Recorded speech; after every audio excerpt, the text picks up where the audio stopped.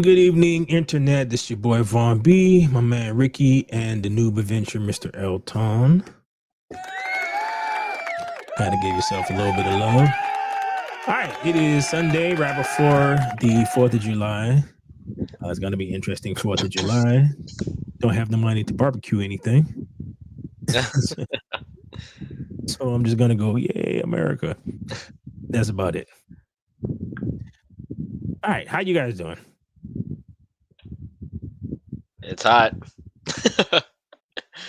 It's hot everywhere, but California weather, man. yep. Yeah. Oh, did you see? I got a little bit of some views on the latest thing I put up. Oh yeah, because you're trashing the Ironheart, right?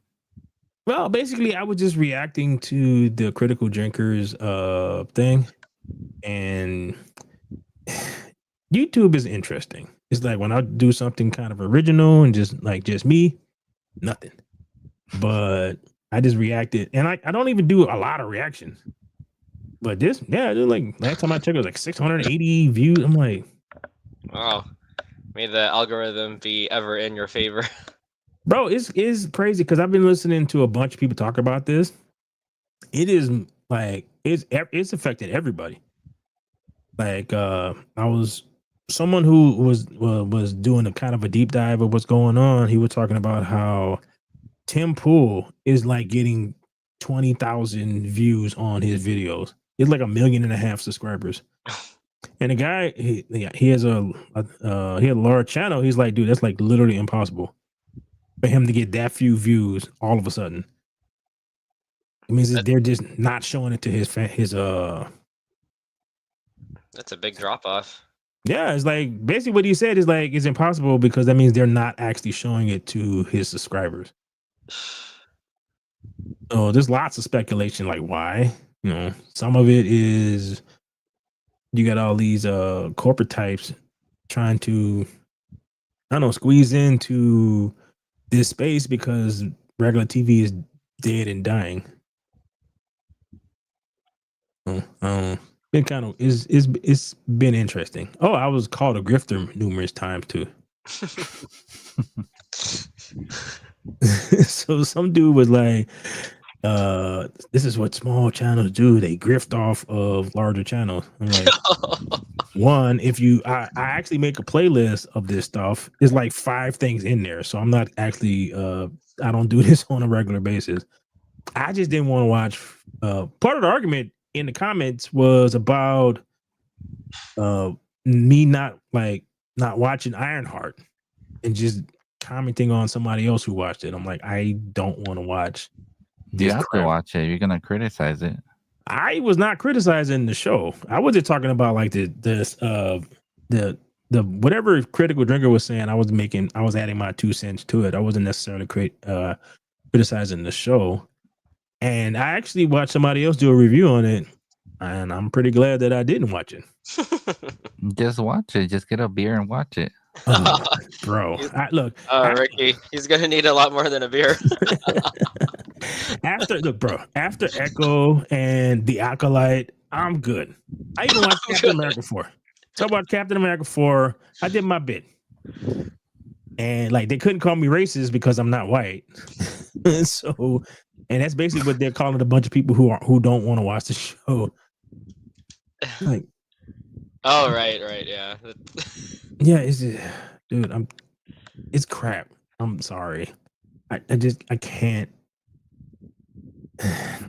Although, you know, I am gonna go. I'm not thrilled about what I've seen from Superman, and I'm not thrilled for what I've seen from Fantastic Four. But I am going to watch both of those. That's fair. I think I might watch both too.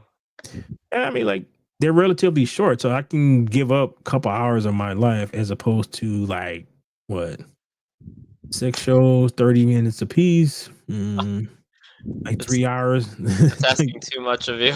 It's like I'm like, dude, no, I can't. Put yourself through torture. Bro, it's like from the descriptions that everyone is basically giving is she steals stuff, she tries to justify her stealing stuff, and everything else is somehow because like so she still do whatever the hell she want. Like she's been oppressed somehow. And she have, like, didn't the Wakandans let you build them like suits? You didn't. They didn't build like you didn't use their vibranium to build one of your own. It's like you could have actually put that in the contract. It's like, hey, if I'm gonna build you Iron Man suits, I get to build one for myself. Well, if you watch the show, maybe they will not call you a drifter, right? You could provide your own content. No. I get what Shalvan is saying though. It's like, yeah, if even if he didn't watch the show, he was making a reaction video. So Yeah, it's like yeah, but somebody actually said that. It's like, well, you have to. No, I don't. if you're making your own video about the show, then yeah, you should Yeah, watch it. But if you're yeah. just making reaction video, I think you're Yeah. good. Well, it doesn't matter today. I don't know. I actually got into way too many discussions on the internet today about LeBron James fans. That was fun, and it was for some reason ESPN was calling Candace Parker, who got her jersey retired today. I know we shouldn't be talking about sports, but they was calling her CP3. I'm like, why? Like, why are they calling her CP3? Like that's somebody else's nickname. Like, but no. But my point is, like, I got into way too many discussions on the internet, and then the same thing with the reaction video. I was like, why am I getting into arguments with people I don't know on the internet? And I understand why most people ignore the comments. Because the one who called me a grifter, it was just he said it in a really smug way. Like, these small channels, he's just a grifter. I'm like, yeah, Or at least he was watching your channel. That's fair. Yes, this is true. All right, so we are going to our first topic of the day. Even though I only put 3 things because there was so little stuff to talk about. But get into the very crazy Luke Skywalker, Mark Hamill. All right, Mark Hamill's Luke Skywalker idea might be worse than The Last Jedi. Similar to Rian Johnson, it seems that Mark Hamill also wanted to bury Luke Skywalker. While Johnson had Hamill throw away the lightsaber, Hamill's bright idea sounds like something that matches his politics, where I can't help but think that his idea likely mirrors his thoughts on gun control and that guns are bad. While recently appearing on the Bullseye podcast, Hamill revealed his pitch to Johnson on the return of Luke Skywalker, something fans have been waiting for 40 years. No, Hamill's idea isn't that Luke should be a master Jedi. Quite the opposite. Luke should be a master disaster. Pun intended, I guess. I thought what could make someone give up devotion to what is basically a religious entity to give up being a Jedi, he explained on the podcast. Well, the love of a woman, he continued. So Mark Hamill explains that Luke Skywalker stopped being a Jedi because he fell in love with a woman. As Jedi are forbidden to marry and have kids, here's where Mark Hamill's idea switches gears. So he falls in love with a woman. He gives up being a Jedi. They have a child together. At some point, the child, as a toddler, picks up an unattended lightsaber. Why would you leave a lightsaber unattended and you have a child? Pushes the button and is killed instantly. The wife is so full of grief, she kills himself. Right. One, he has no idea how the stuff in the Star Wars universe seems to work. It is very hard to start a lightsaber on. There's certain things you got to do to get it to start.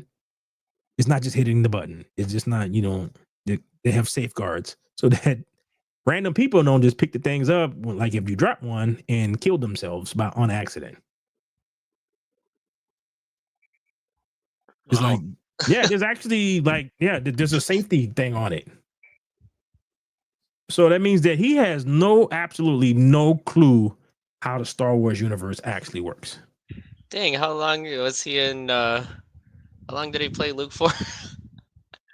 Dude, Depressing is the word. That's a good part of the headline there. bro, that's crazy. That's one. I can't believe he actually said that. You know Well, what I shouldn't be surprised. Do you want to know what the second thing that makes this statement very interesting? They address this stuff in the extended universe when it comes to Jedi. Luke Skywalker realized that one of the things that were holding the Jedi back was the fact that they didn't get married and have children. Hmm. So he changed that policy. So yeah, that's why he got married and had a kid. That's why they had Jedi who were married and had children as part of his new Jedi order. That means Sound like a I will not say it, so. No, that means he didn't.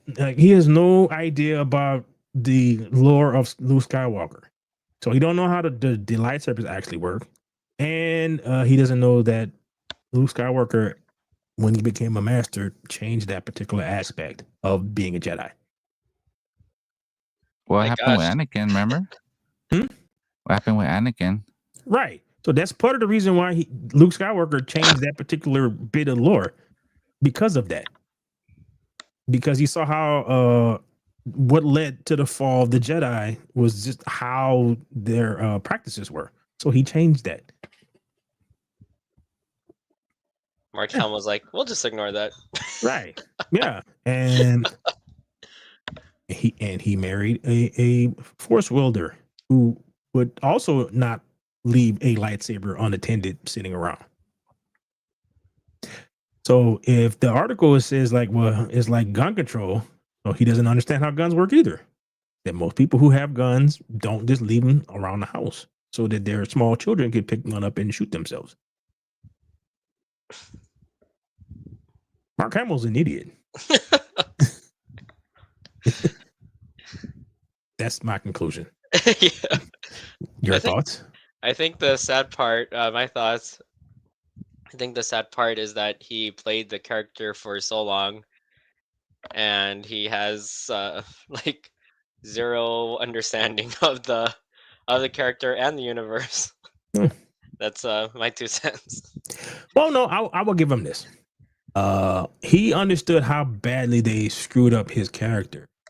So by him saying this now, it makes it kind of weird because he had like he had press conferences and all that while they were shooting this movie, and the comments that he made then were contrary to what he's making now. That doesn't sound like something that when he was calling him Jake Skywalker, because this is not Luke Skywalker. It's like, well, it sounds like he had a problem with the character, like how the character was portrayed. So now, 10 years later, all of a sudden he should have did something that sounds like what they did to his character in the movie. It seems a little odd. Plus, he's an idiot. So, what do you think, Ricky? He's just a psycho. It's already. Why I don't know why we didn't pay attention to him. Yeah, it's the reason why it was kind of hard. He just wants attention. Yeah, I think part of it is he has the exact same issue that the chick who played Rey had. Is they got something that was supposed to launch his career, didn't do that. It just made him typecasted. And then he got to watch Harrison Ford have multiple different like he not only had Han Solo, he also had Indiana Jones. He also had the clear and present like Jack Ryan. So he had that. He had numerous multiple movie things. You got the futuristic one, the one with so that probably got to him too. So I can kind of get why he's a little crazy. You think he's like bitter or? Oh yeah, dude, he is very, he is very, very bitter. Oh yeah, Blade Runner. Stuff. Yeah. So Harrison Ford has so many different things that he did. He actively hates Han Solo. And he has the luxury of hating Han Solo because he's also Indiana Jones and the dude from Blade Runner and Jack Ryan and all this other stuff. So I can kind of get why he's upset. But like, bro. Was it I remember what's the guy on Fresh Prince? He played Carlton. What's his real name? Yeah, I can't remember what his name is. Oh gosh, she went to my school before too. Alfonso. Alfonso Ribeiro. Right.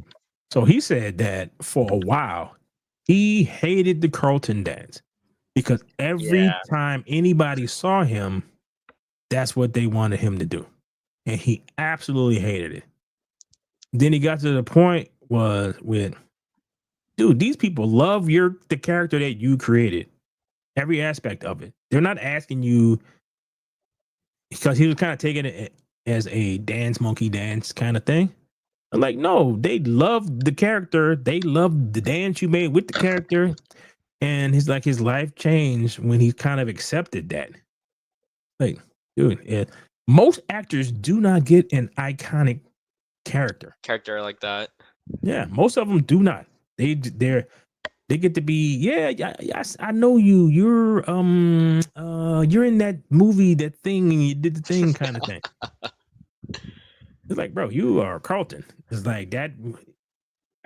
He went to my high school, Shelvan. Oh yeah. Yeah, and then no, like it was like a celebrity like basketball game or something. I think for charity or like we were promoting something, and like the people that were there, they said he was like so rude. That's probably around the time when he was feeling the way about that. Yeah, they said he was so rude and like, you know, he didn't pose for photos. He didn't like acknowledge if someone wanted to like say hi to him or take photos. Like he just blew past them and yeah, he was really just there for like to show up for a few minutes of the game. I don't know how our school got him, and then he just bounced. Like, I remember Eminem was sitting in his car. He was being interviewed by one like Flex or something. I don't remember the guy who was interviewing him. He asked him, "What is the one thing that you miss about your life before you were famous?" And he said, "Being able to get out of my car and pump my own gas." yeah, Dude, imagine you can't even get out of the car and you just want to pump your gas without being bombarded by everyone who recognizes you, asking you for, don't even care that you're just trying to get gas. I'm stopping to go someplace else. I don't want to sit here for an hour taking pictures. And if I don't do it, then all of a sudden I'm a jerk and I'm this and I'm that. And I remember like it was a story of Babyface. He was telling about he was on tour for a long time. So then he finally got back into town. He hadn't seen his wife in a while. They went out for dinner. He said they were sitting at dinner. Somebody recognized him, took the tray from their table, got it from their table, came over to his table, put their trays down, and started having a conversation with him and his wife, who he hasn't seen in over a month. Just didn't even care. Just like, oh, I'm a biggest fan and da da da. He said, like, what the hell? Like, really? You couldn't pay me to have that life. I take the money. Like, I'll be the producer. I'll be the guy who makes all the decisions in the background. Nobody knows who the hell I am. I'll take that. But you still got to deal with crazy people too, though. So I don't know if I want that either. What do you think, Ricky? I mean, it's part of the game. If you get famous, that's what you expect, you know? Yeah, but you just have to get used to it. Would you rather be broke? No, that's why I said I will be the producer part. You get all the money. If you don't want the attention, yeah, I agree with that. Yeah, oh hell no. No. No, you keep that. You wind up being crazy like Mark Hamill.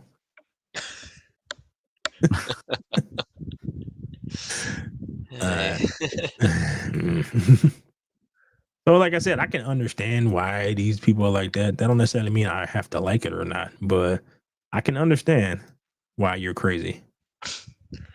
That's something I didn't consider. That's true. Like their whole life is that character. Yeah. Yeah, and then you really don't have your own privacy or your own like identity sometimes. No, man. Yeah, like hey, do the thing. Like I don't want to do the thing. Do the thing. My kid wants to see you do the thing. All right. Did you guys ever watch the Squid Game? I did. I haven't watched the latest season. What about you, Ricky? What's the first season? All right. So how do you think an American spinoff of that will be? Ooh. Well, It'll be terrible, maybe. not well. Not having a lot of faith in that one. Uh, I don't know why. It just, yeah, I don't know why. It's just the thing that I think because the original version is so good, so I feel like anything that will try to emulate it is just gonna fall flat. Kind of reminds me of this thing that used to come on G4 a long time ago called the Ninja Games. And you see it on NBC, I think, that like American Ninja. Oh yeah, yeah. All right. So the Japanese version is Ninja open Warrior. yeah, it's Yeah. open for more people. Uh they could go like they make the course as hard as possible. You get one shot. If you don't do it, oh well. They've had matches when like they build this whole thing, they change it every time somebody beats it. They've had like shows where nobody actually gets past the second round. So they never get to the third big tower thing. And when they Americanized it, they gave them chances, they gave them this, they made it like easier. Like, no, what I like was the fact that this thing was hard and it was a challenge, and that the people worked really hard to beat it. And whenever someone beat it, they changed the course to make it harder. So it was a challenge. So it was interesting. Like the commentaries would talk crap about the contestants. So you had some who were serious, and you had some who would come dressed up like kabuki warriors or something. So it was very entertaining. It didn't need it to be Nickelodeon.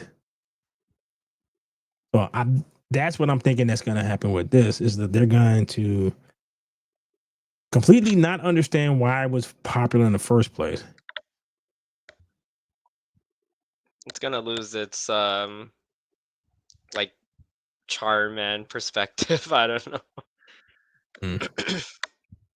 All right, there is some spoilers, so I'm trying to see if I can get around it without talking about that. So it's like there's a ton of loose ends, questions surrounding the spinoff series probably won't get answered until Netflix. I guess there's something that happens in the show that leads to this. Probably series here, writer director they have a plan. They're not going to throw this idea away, said Huang. I guess that's the Dong Hyuk is the series writer and director Huang Dong Yuk. Maybe I'll be on one of these projects as an advisor or co-creator. Who knows? But season 3 is not going to be the end of the Squid Game universe. American spinoff is greenlit. Is also unclear. I guess Kate Blanchett is in season 3. Yeah.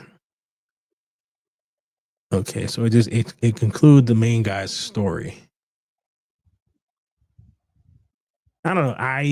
The one thing that's good that can give me hope is it seems like Hollywood is slowly starting to realize that all right, all this woke shit ain't working.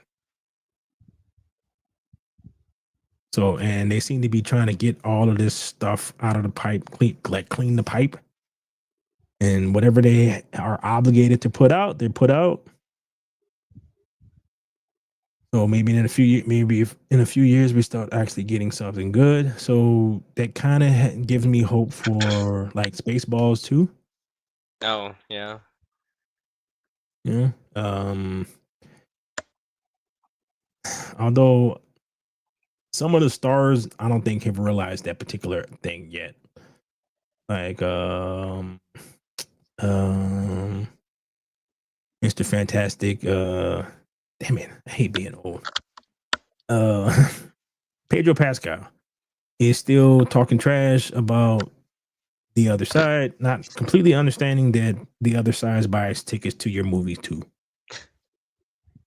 And given the state that Fantastic Four is in, I would shut up about antagonizing anybody because I guess even a regular fan base can be upset with the female Silver Surfer and all the rumors that are coming out about this particular movie.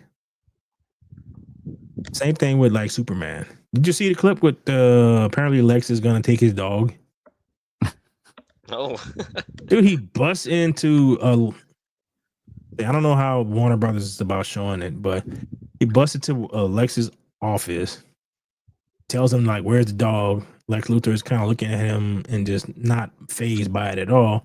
He's sitting down. He grabs Lex's table, throws it against the wall. Lex stands up, and Superman is just raging, talking about, "Where's my dog? Where's my dog?" And Lex Luthor is cool as you can get. And it's like, I don't know. It just kind of like, I'm not sure Lex truly understands Superman. I mean, James Gunn truly understands Superman because that is very uncharacteristic of his character. right. Going back to that article, I think there's some shows that can work, especially if it's like sitcoms or comedy. Like I'm thinking of like The Office, right? I watch like The Office and Shameless, like they're British versions, and then they're American versions because I think it's when they Americanized it, they put in American pop culture references and humor. So I think in that way it can work. Because like I watched the British versions and like I didn't understand the jokes and I didn't find it funny. Yeah, British people have a very dry humor. Yeah, so I think it could work for certain shows. Yeah. But for something more like dramatic or serious, it's hard to nail that like translation. Like I'm thinking of the Death Note movies because I watched the Japanese one and the American version, and yeah, the American version was not good. The way I look at it is like when they try to do an 80s show, movie, or whatever, and they try to modernize it and it doesn't come off right. I'm like, yeah, because the original thing was a product of its time period. So if you don't truly understand the time period, like you can probably do a translation if you can understand the fundamental aspect of the story. If you can get that, then you can probably translate it into whatever region that you want, but you got to kind of understand it first. Yeah. So like when it comes to anime is very Japanese. It's very like the little quirks and stuff that are in things are cultural. So it's like when you look at the fact that how clean Japan is, that has a lot more to do with their culture than it is with anything else. It's like you throwing away trash is a family thing, so it's like you're representing your family at all times. So if you throw stuff on the ground, then it's like you're doing dishonor to your family. So that's like a whole different thought process to how like Americans are. Just don't care. Just somebody else clean it up. So if you got to understand that, and then try to figure out what is a common thing between the two cultures. It's true. There's like nuances, Right. And I think with the Death Note folks, they didn't truly understand the difference. Yeah. So it's interesting when you see the difference, like there are characters in some anime like My Hero Academia. Can I say it right? All Might is basically Superman, and like I'm watching. There's a new spinoff of that anime, and it's Vigilantes, and there's a guy that's basically like a mix between Daredevil and Batman. He comes across as Batman, but he's like a Japanese version of Batman. Okay. No, he doesn't have any powers, and he beats the crap out of people. So he uses what he got to get what he wants, and he kind of swings through and all that stuff. But whoever wrote it kind of got who Batman was, just like how All Might is their Superman. They kind of got the character, and then they're able to tweak it so that it fits into their culture more. So like with the original like Office, I think they figured out like the character like the main guy, like why he acts like this in a British viewpoint, like how we can take that same mindset and translate it into an American character. Yeah, they did a good job at that. All right, and then you build from there. So it's like, all right, so once you understand the fundamentals of something, then you can build upon it. It's like, I think it's Picasso or whatever. Like when they look at his abstract drawings and whatnot, he spent years drawing things the regular way. So this is like art, like some of his art, older stuff. It's traditional art. So he understood the traditional art. So therefore, he's able to like once you understand the rules, then you can break them. That takes like diligence. A lot of writers are lazy, so they don't want to take the diligence. So, I don't know. So, what do you think, Ricky? I mean, I'm not really gonna. I don't feel like even go watch that movie. I'd rather go watch the Jurassic Park. Really? You want to go watch Scarlett Johansson run around chasing dinosaurs? Yeah, rather than the Superman. Yeah. I don't have that much attraction to Superman. Like, I've always been a Batman guy. Yeah. I think beyond the money, I think Batman is a bit more relatable because he had a tragedy happen to him and he doesn't want anybody else to go through that. And the biggest difference between Superman and Batman is the Superman costume is the identity for Clark Kent. Clark Kent is a guy from Kansas. He just has superpowers. And with Batman, it's the exact opposite. For him, the secret identity, the suit is Bruce Wayne, not Batman is who he is. Bruce Wayne is the costume that he puts on to go and appear to be kind of normal. But that's not who he is. So I don't know, maybe that's a bit more relatable than a guy who is very, very good and very, very powerful. I don't know. It's one of those things where I'm hoping for the best, but it's hard to not be pessimist about this stuff. Good way of putting it. Dude, it's hard, man. It's like you don't want it to suck, but part of you is like, yeah, it's gonna suck. Too many characters. You get the director. The director is kind of like, What's that director? sound? I don't know. I hear it too. Somebody got a mic too close to speakers. Could be feedback. Oh, So, all right. The next thing we're gonna go into is anybody excited for Michael Bay coming back to Transformers? Boom. I am. I mean, all his movies are pretty good. I mean, he gets the spectacle, right? And that's part of the like. What's weird is when he was doing it, all the Transformers were complaining about was how come they don't look like the Transformers? How come this? How come that? So when they made movies where they kind of more resembled like what they're supposed to look like, and nobody went to go see them. So it's like, well, we can either appeal to people who just want to see stuff blow up, or try to appease people who don't want to seem to support. Yeah. All right. So following the news that Transformers, dude, I actually have this movie like in my iTunes list. I still haven't watched it yet. It's like part of me wants to see it, but which is weird. Is like I watched Captain America 4. So I don't know. New report claims that Michael Bay is back, and that 5 projects are currently in development at Paramount. Claims follow the rap, recently stating Paramount's plan to future Transformers movies remains murky. I also added that plans are on hold at Paramount until the Skydance merger goes through, and that is being held up by CBS's settlement issues with Trump.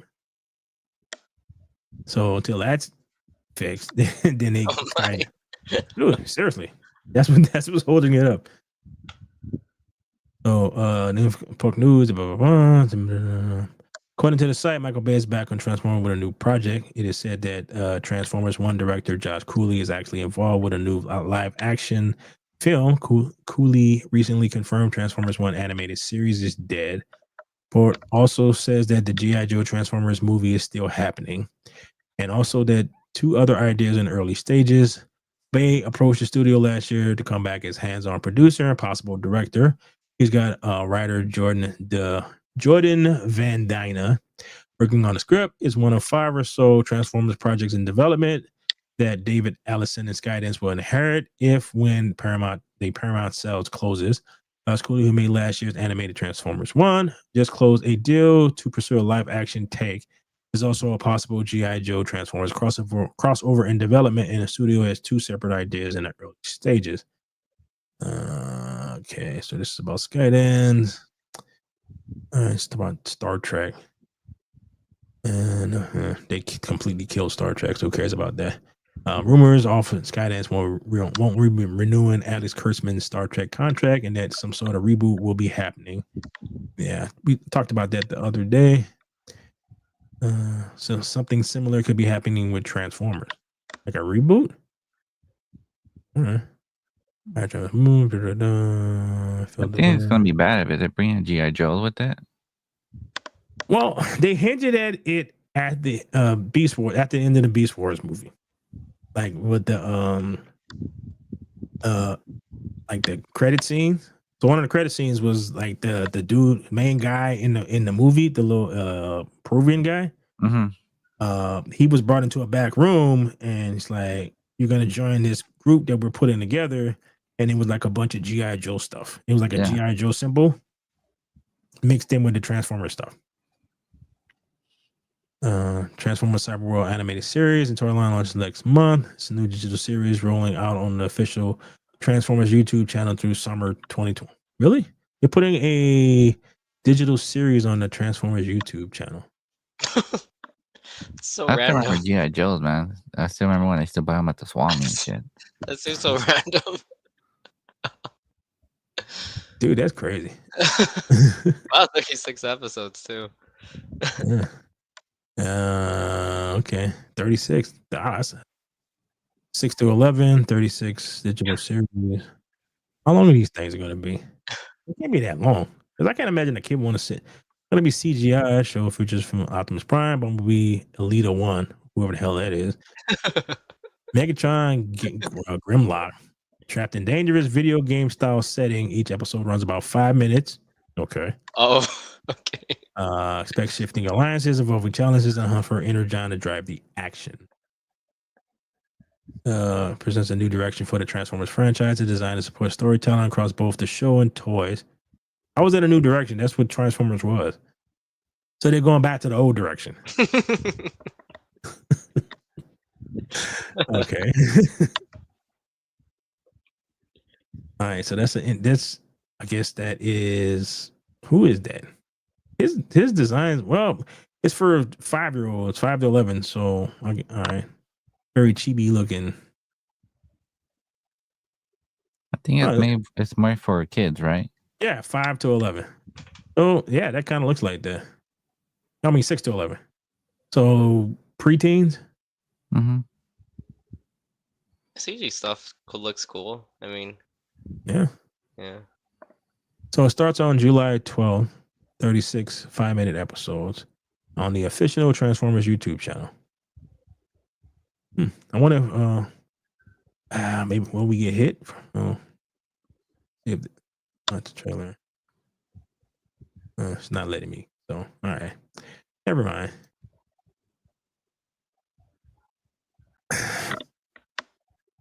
I don't know why most of these companies don't go back to like. I'm like, bro, is like He-Man when it came out it was a thing for kids, and the cartoons were for little boys, and it reflected that. It's like they had the basic GI Joe type the more you know type lessons in it, but for the most part, it was written for little boys around 6 to 11. It is a little actually is actually promising that they may go back to that, which is like weird that they're calling that a new direction. It's like that's just basically my childhood. Like every year they had new cartoons that came out on Saturday. They were all for some toy brand or whatever that, some new thing. From the GoBots to like Silver Hawks and all that stuff. All that stuff was for toys. Like I remember the first, like we used to buy He-Man, they used to come with a little comic book inside the package. And so the original, like there was no Prince Adam or none of that stuff. He was basically a barbarian who stumbled into Grayskull and got the powers of He-Man. That's why everybody was all muscle bound because like Conan. So I don't know. Should be interesting. That's true. They're just going back to the original intended audience. Right. Which makes no sense why they left in the first place. Well, Wow. the Transformers movies, like Mhm. those ones directed by Michael Bay. Mhm. Yeah, that really was like a big thing. Like everyone watched it. It was like a global phenomenon. Right. Yeah, Until the until it wasn't. no, it was the like what's the thing where they put it in the show for advertisements, but it's supposed to pretend that it's not an advertisement, but it is. Oh, like subliminal Yeah, that kind of thing. It was like messaging. it, Yeah, well, for like the American cars.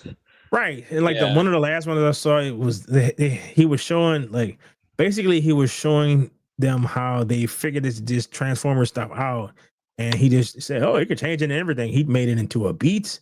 He made it into like all this stuff. I'm like, really, dude?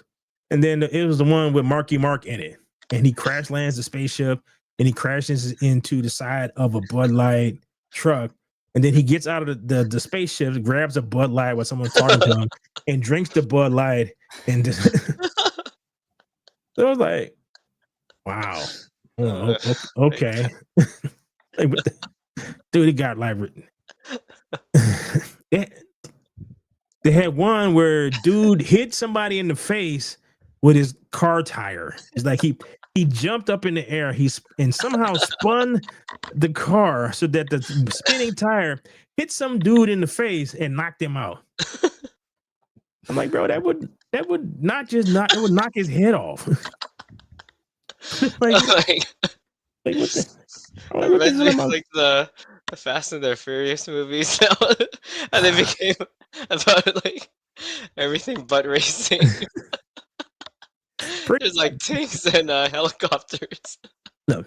I didn't watch the one after they brought the Pontiac Fiero to space, being launched by the three dudes from the spin-off slash we don't want to deal with Vin Diesel one that somehow takes place in the future. Like, all right, it takes place in the future, but it's the third one, but it's the one after 7.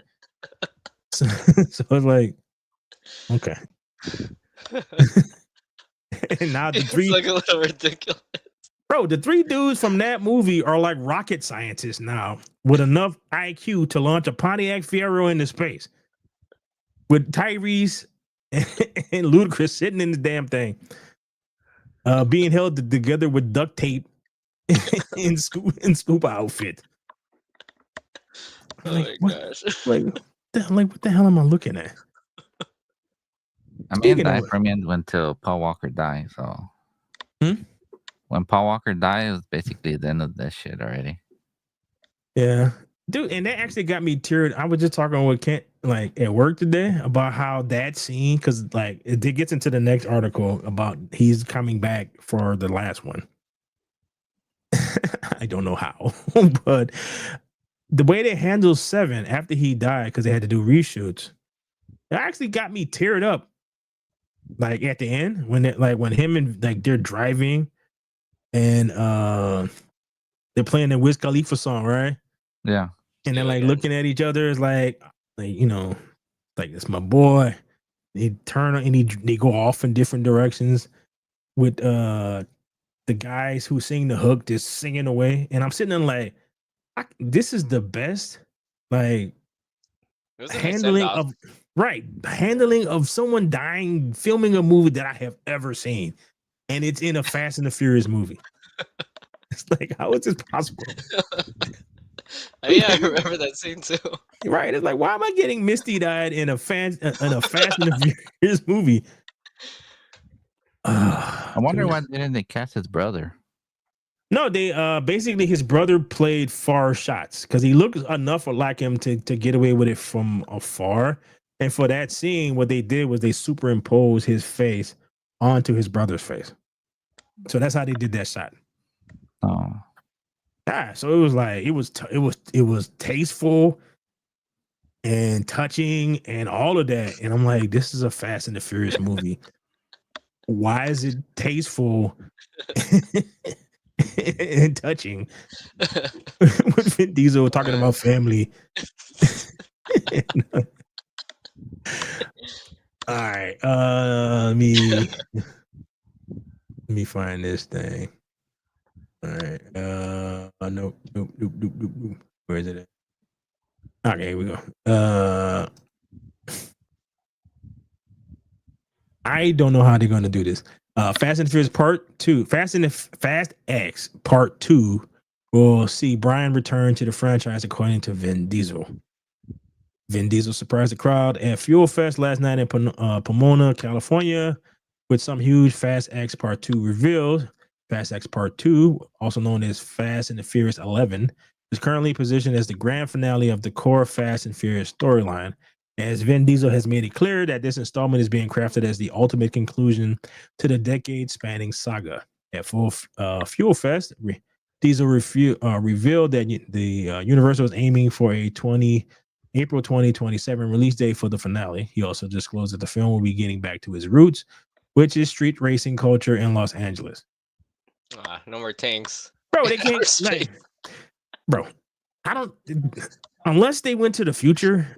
Like I don't know where else they could take this thing. They turned into James Bond type. They got chased on the ice by a sub. It's just like how do you top being chased by an attack sub in the Antarctic on like snowmobiles, whatever the hell they were driving, and Vin Diesel's 72 car, which is off-road capable, I guess. Rear-wheel drive. Like, I don't know. And perhaps the most shocking reveal, Guardians of the Galaxy star Vin Diesel confirmed that Brian O'Connor will appear in Fast X. Exactly how the character will return remains unknown. Following Paul Walker's tragic death during the production of Furious 7, his remaining scenes were completed using a mix of CGI and performances by his brothers, Caleb and Cody Walker. It is likely a similar method enhanced by today's more advanced visual effects will be used to bring Brian back to the finale. Because like they never killed his character's not dead. He was just taking care of the kids and he was doing other stuff.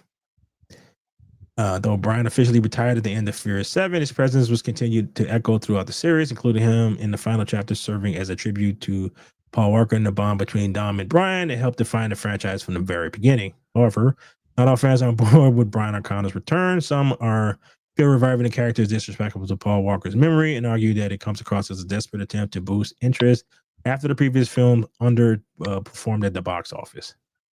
I guess Tyrese was there for some reason. The studio said to me, Vin, can we please have the finale of Fast and Furious April 2027? I said under 3 conditions.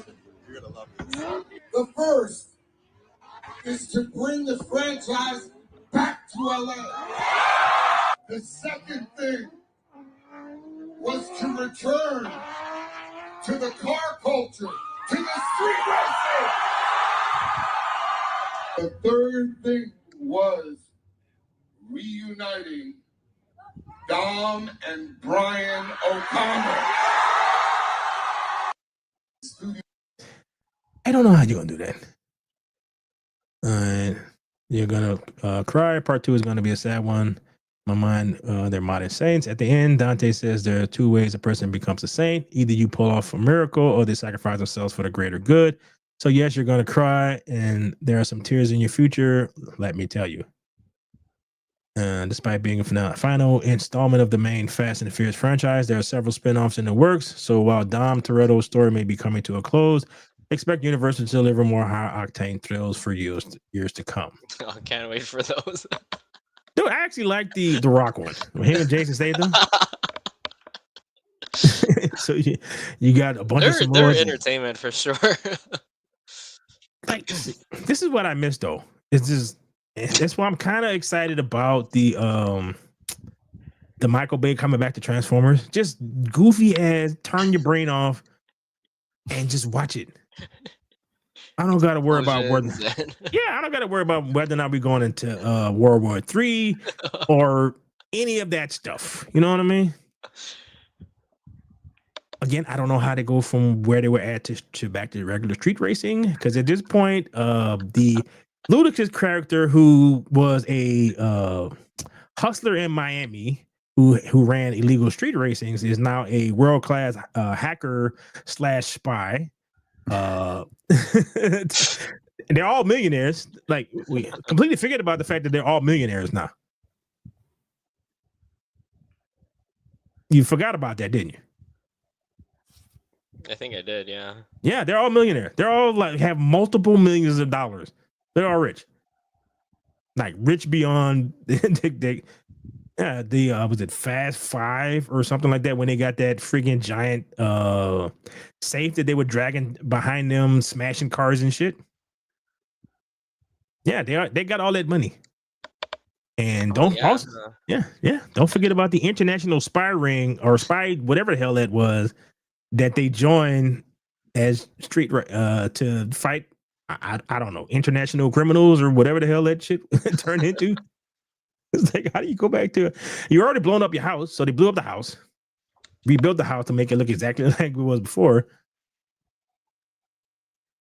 I'm almost intrigued to find out what they would actually do. Look, I'm so serious. I want to know what they're gonna do. Maybe they'll do a lowrider. Maybe. So he talked about street culture. Lowrider, Ellie. I'm like, bro, your character smashed the parking lot with his feet. Look, y'all superheroes now. Tyrese survived a point blank mine explosion. He used the car by hooking it to a broken bridge to swing yourself in your car across a chasm and land on the other side. Never mind the attack sub that you going into space. Tyrese and Ludacris characters are actually astronauts, because they stayed on the International Space Station for a while because they couldn't get down.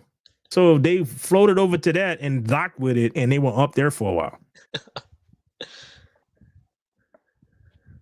And family is strong. You and The Rock hate each other, so I don't know. And Vin Diesel had the dad bod on point. So I guess he's gonna take him to 2027 to get rid of the beer belly.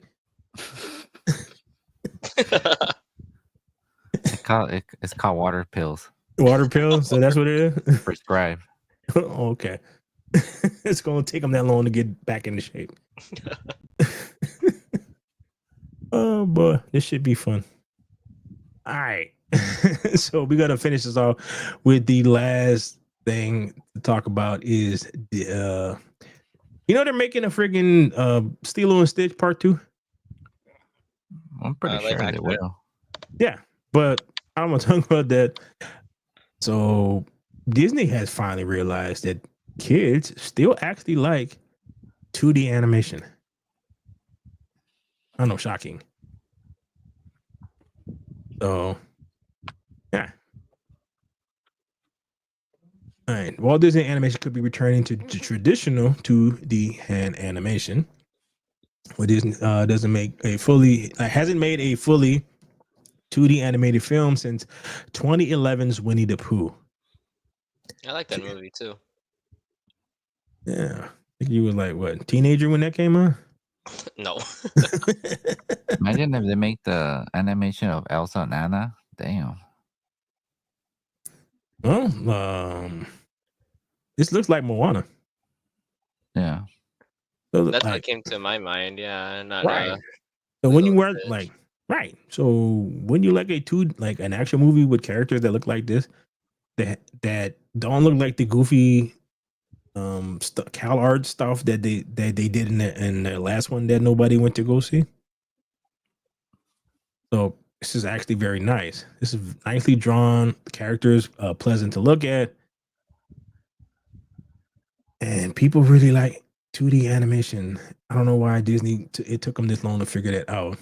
I love 2D. Right now, we have 2D artists who are doing some bonkers, amazing things. I'll leave it at that. He teased that crowd at the thing I was talking about last week, the Annecy Animation Film Festival.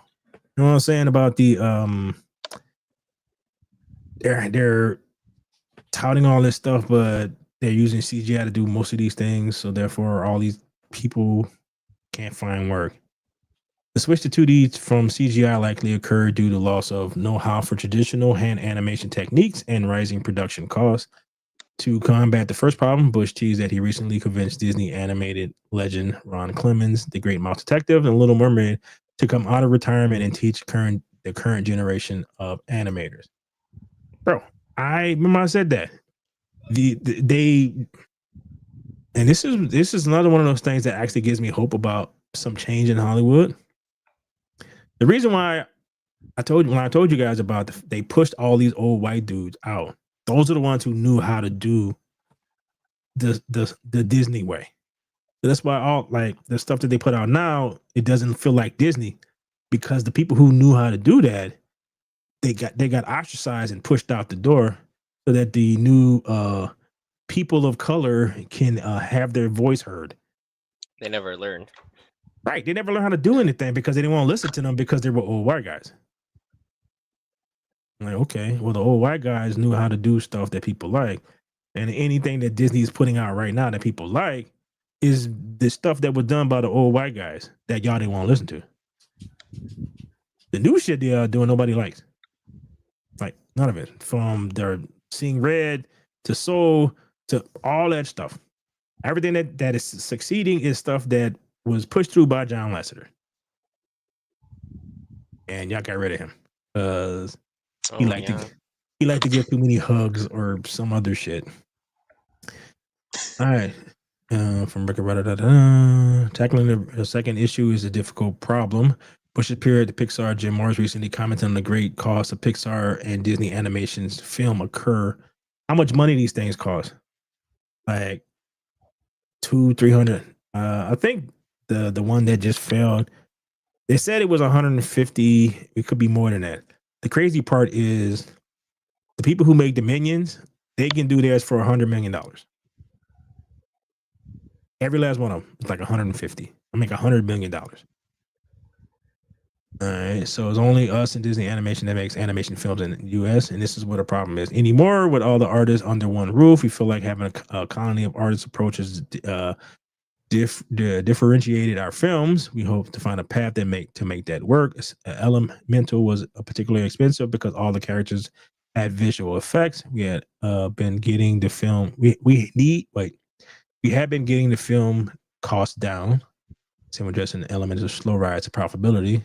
Despite both studios having made strides in lowering costs, the last 7 films from Pixar and Disney Animation all exceeded 100 mil production budgets, most edging towards 150. By contrast, rival studios operate at a fraction of those costs. DreamWorks Animation, Dogman cost 40 million, while Robot 78, Kung Fu Panda 85. And yeah, the difference between, he stated that Pixar and animation are movies that are fully animated and produced in the US, while other aforementioned studios outsource much of the animation to overseas animation studios. The people who do the Minions is in France, and it's if you look at it, it has a lot of French humor. So how come the people who make the Minions movies in France can make a movie with French humor, but the Americans somehow can't do that? I don't really understand that. Difference is stated that Pixar and Disney animation movies are fully animated and produced in the US, while other aforementioned studios outsource animation overseas. Okay. The speculation in the past that Disney could change their stance, but so far they've been holding to tradition. It's like you cannot ship all of the jobs overseas. You have to figure out a way, why did this stuff cost so much? Like, what are you getting on? What is the biggest basic difference between the movies that I mentioned and the movies that Disney make, besides them doing them overseas? Like, I don't know how, like, what they're spending the money on. Like, serious. Remember I was telling you about the Spider-Man 2 game and I told you how much they cost, and you guys are like, what? Yeah, 300 million. Yeah, like, how? Like, what the hell are you spending money on? Like, Maybe their staff is overpaying. yeah, could be. Typically this stuff is done, was traditionally done in California. So that's part of the problem. Is expensive as hell to live in California. Because I've been to the Nickelodeon animation studio thing, because I used to work, like, when I was pulling wires, one of the jobs was at Nickelodeon. So it was interesting to go in there and see all the little rooms and stuff where they actually, worked on all the cartoons for Nickelodeon at the time. I think when I was there was when that the Mexican, like, was a little kid who was like a Mexican wrestler, something Libre or something like that. So that was really popular at the time. So yeah, it was like all that stuff. I think I went to Disney once, like the Disney animated stuff, like one time to work on that lot. So it was interesting to see behind the scenes kind of thing. I don't know how you fix any of that, because if you outsource the artwork, I think you kind of lose some of the Americanness of it, because you're gonna have somebody else from another culture who is trying to pretend to be an American kind of thing. I don't know.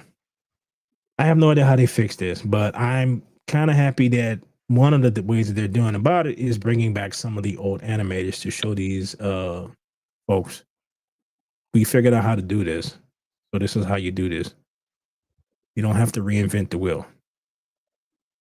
It's big news, actually. Like, for him to even say that. Yeah.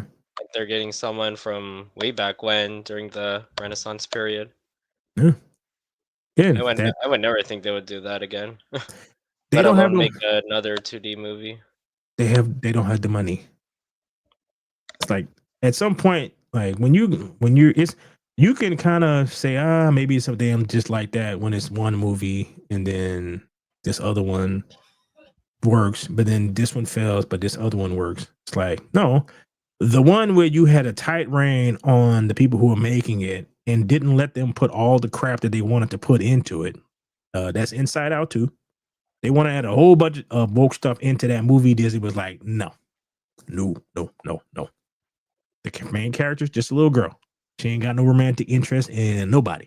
She's just a little girl who idolizes this older girl. That's it. There's no hidden romantic nothing. No weird nothing. And the movie makes a lot of money. And then you give Pixar free reign to do whatever they want.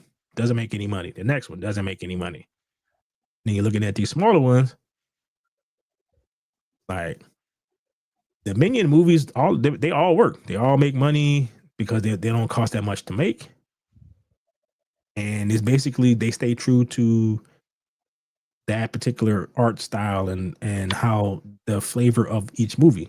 They have different stories, but it's similar humor and all that. There's no huge changes. So, what do you think, Rick? I mean, animation is the way to go right now. Most of the movies that want to making money are animation. Mm-hmm. Still expensive, and it takes a long time to make. Like, Pixar used to take like 2 years on the story. So the story part of it before they even they do some animation and character just to figure out the characters and how they work and how they move and all that stuff and to build them and to build the worlds or whatever. And then after the story is down pat, that's when they move into actually animating the movie. And so overall, it'll take like 4 years, something like that. That's how long I used to work on movies. And part of the reason why Lasseter got pushed out is because he was very harsh when it came to the story. So he would embarrass people. He would publicly not shame, but he was focused on making the story the best as it can be. The older animators, I guess, were used to that kind of stuff, so it didn't bother them nearly as much as the younger ones did. So they kind of maneuvered him out of there. And when they did that, Pixar fell off cliff because Pixar is John Lasseter. Always has been, always will be, and he is running animation over at Skydance right now. I haven't seen those. He has like a movie or two, right? Yeah, Lucky, and I forgot the other one. I haven't watched either of those. But one thing he did do is all like those older Pixar folks, they all went with him. Oh yeah, I think I remember that. Yeah, and that is what Pixar looks like it does now. They used to be right. Yeah, they used to be a Pixar look. Like you can tell just from the artwork and whatever, that was That it kind was of Pixar. True. Right. And Right. it looks so different now. Yeah, because all the people who were behind all that stuff. Just the same thing with games. It's like, well, how come this game studio can't make anything that I like anymore? Because everybody who made the games that you like left. This studio is that studio in name only. That is Lucasfilm. That is pretty much everything Disney owns right now. It is the previous thing in name only. Well, all right. That is it for today. They had some other stuff about Lilo and Stitch too. I don't know how you make a part 2. Well, there is a sequel to Lilo and Stitch. It's not that great. But I guess that's the route that they can go. I don't know how you go there from how you ended. Is that a direct to DVD movie? Yes. Yeah, I don't think I might have watched it, but I forgot. It led into this Lilo and Stitch TV show. I remember the TV show. I didn't watch that either. All right, so basically, the guy who made Stitch, he made a bunch of other experiments too. Yeah. Okay. Oh So yeah. one of them came to Earth. So that was what the movie was. The second movie was about was them dealing with the one who came to Earth, who was more stitchier than Stitch. Is he red? Yes, he was. Okay. I vaguely remember. Yeah, he was a worse. He was a worse version in every way than Stitch. So he was more excitable, more over the top. Right. Yeah. And then at the end of that one, when they took care of him, it was like, all right, so there's no more experiments that we need to worry about. And he went, and then that led into the TV show where they were chasing down all the different experiments. Mm-hmm. Yeah. So it was a monster of the week kind of thing with Lilo and Stitch and Bubbles tracking down aliens on Earth. So, man, hey, it was an idea. So, all right. Well, I am about to cut my AC on because it's getting hot up in here. And I'm probably get ready to go to bed because I'm super tired. So what you guys about to get into? Probably the same thing. Or I'll stay up for a few more minutes, then sleep. Oh, okay. Ricky, you still awake over there? Yeah, same as Elton.